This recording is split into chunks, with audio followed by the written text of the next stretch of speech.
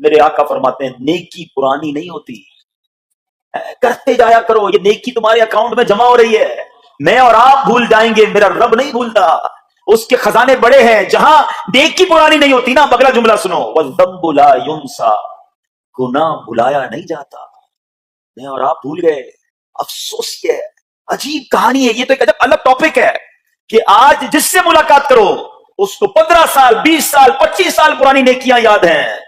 لوگ ملتے ہیں کہتے ہیں 1990 میں حج کیا تھا، 95 میں عمرہ کیا، 2002 میں فلاں مسجد بنائی، آپ کی دعوت اسلامی کے قافلے میں بھی 2005 میں گیا تھا، ساری نیکیاں 15 20 سال پرانی یاد ہیں۔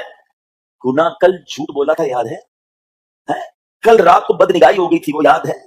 پرسوں غیبت کی تھی وہ یاد ہے؟ سالوں تو چھوڑو، ہم گھنٹے پہلے کا گناہ بھول جاتے ہیں، مگر حدیث ڈرا رہی ہے، سمجھا رہی ہے کہ دیکھو وَالذَّنبُ لَا يُنسَى، گناہ بھلایا نہیں جاتا، تم بھول گئے ہو، اگر کہیں لکھا ہوا ہے جواب دینا ہے۔ اور آگے فرمایا وَالدَّيَّانُ لَا يَمُوتُ، فرمایا کہ جو فیصلہ کرنے والا ہے اس سے موت نہیں آتی، اللہ کو موت نہیں آنی، میں اور آپ مر جائیں گے، جس پہ ڈیسیشن لینا ہے، جس پہ فیصلہ کرنا ہے اس سے موت نہیں آنی۔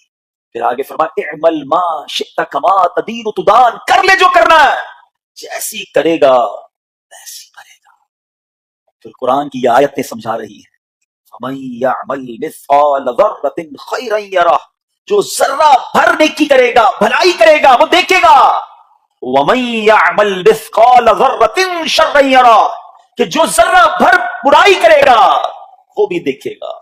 یہ اتنا شاندار جمعے کا پیغام ہر جمعے خطبے میں دیا جاتا ہے، اللہ کرے یہ دل کی گہرائیوں میں اتر جائے، دروازہ بند کر کے، اندھیرا کر کے، اکیلے میں گناہ کرنے والا سوچے کہ ٹھیک ہے دنیا میں کوئی نہیں دیکھ رہا مگر میرا رب دیکھ رہا ہے، مجھے اس ذرہ بھر گناہ کا بھی جواب دینا پڑے گا۔ لوگ کہتے ہیں چھوٹی سی بات ہے یار، چھوٹا سا گناہ ہے، ٹھیک ہے چلتا ہے، سبھی لوگ کرتے ہیں، نہیں جناب، وہ نقطہ نواز ہے، وہ معاف کرنے پہ آئے تو 100 بندوں کے قاتل کو معاف کر دے، اور وہ پکڑنے پہ آئے تو ایک نقطے پر پکڑ فرما دے۔ ہمیں ڈرنا ہوگا، ہمیں خوف اپنے دل میں طاری کرنا ہوگا، کیونکہ یہ گناہ میری آخرت میں میری پکڑ کا سبب بن سکتے ہیں۔ بالکل اسی طرح چھوٹی چھوٹی نیکیاں سمجھ کے چھوڑ دیتے ہیں، یار سنت غیر موقعہ ہی ہے نا، نفل ہی تو ہے نا، سنت ہی تو ہے نا، ٹھیک ہے درود پڑھنا چاہیے، نہیں پڑھا تو کوئی بات نہیں، ارے یار کون اجتماع میں جائے، کون درس میں بیٹھے، صدقہ دینا کوئی واجب تو نہیں، زکات تو پوری دیتا ہوں، چھوٹی چھوٹی نیکیاں سمجھ کر چھوڑتے ہو، ارے وہ تو کتے کو پانی پلانے والے کو سبب اس سبب سے بخش دیا کرتا ہے، راستے سے پتھر ہٹانے والے کو بخش دیا کرتا ہے۔ فرمایا نا البر لا یبلا، نیکی پرانی نہیں ہوگی، کرتے جایا کرو۔ اللہ کرے کہ یہ ذہن بن جائے کہ بس میں زیادہ سے زیادہ نیکی کروں، دو لوگوں کے دلوں میں خوشی داخل کروں، مسلمانوں کی خیر خواہی کروں۔ اس ایک ہی حدیث پر، ان آیتوں پر میں مزید بھی بہت بات کر سکا ہوں، لیکن میں نے اشارہ دیا کہ ضرور اس پر توجہ دیں۔ اور ایک شاندار پیغام ہر جمعے میں ہم سنتے ہیں، کیا شاندار وہ پیغام ہے، وہ پیغام ہے الا لا ایمان لمن لا محبت له۔ یاد ہے سب کو، جمعے میں سنتے ہو نا، اور 3 بار کہتے ہیں امام صاحب الا لا ایمان لمن لا محبت له، الا لا ایمان لمن لا محبت له۔ کبھی تو امام صاحب کو روکتے، حضور یہ ہر جمعے کو پڑھتے بتائیں تو اس چیز میں ہے کیا؟